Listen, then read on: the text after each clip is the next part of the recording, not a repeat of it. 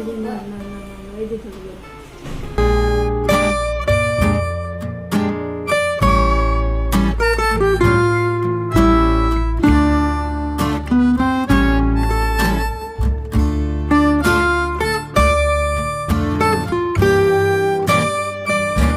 এই যে আমি এখানে কতগুলো শিম রেডি করেছি আর পেঁয়াজ মরিচ এগুলো দিয়ে আমি আজকে শিমের ভর্তা বানাবো।